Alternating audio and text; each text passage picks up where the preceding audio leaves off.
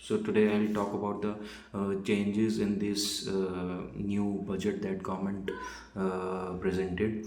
Actually क्या है इसमें कि फर्स्ट आई टॉक अबाउट कि इसमें इक्विटी म्यूचुअल फंड में क्या असर पड़ा उसके उसके रिलेटेड. सो इक्विटी म्यूचुअल फंड वो हुआ जिसमें 60% ऑफ द शेयर्स जो स्टॉक मार्केट में इन्वेस्ट किए जाते हैं उससे ज़्यादा, वो हो गया इक्विटी म्यूचुअल फंड्स. ठीक है. एंड देन ये है कि इसमें क्या रहता है कि दो दो चीज़ें हैं, एक शॉर्ट टर्म कैपिटल गेन और एक लॉन्ग टर्म कैपिटल गेन. तो शॉर्ट टर्म कैपिटल गेन में जो पहले था उसमें 15% टैक्स लगता था. शॉर्ट टर्म कैपिटल गेन वो हो गया जिसमें आपने इन्वेस्ट किया और 1 ईयर से पहले ही प्रॉफिट बुक कर लिया, लॉस बुक किया, वॉट एवर.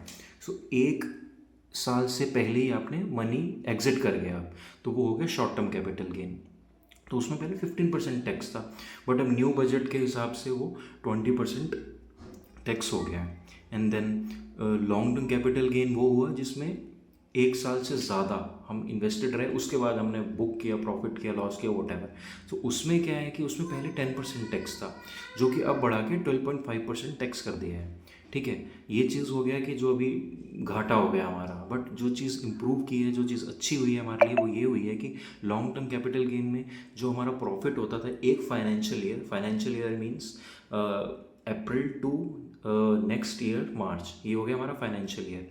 इसमें क्या है कि जो पहले जो हमारा जो प्रॉफिट होता था वो 1 लाख का तक जो होता था उसमें कोई टैक्स नहीं होता था. 1 लाख के जो ऊपर जो भी प्रॉफिट होगा उसके ऊपर हमें 10% टैक्स देना होता था. बट अब क्या है, वो 1 लाख अब क्या है कि वो बढ़ा के 1.25 लाख तक हमें कोई टैक्स नहीं देना in long term capital gain.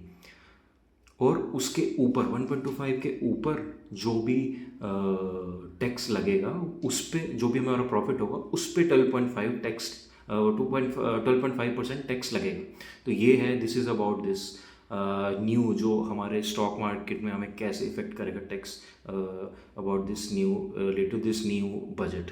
So thank you.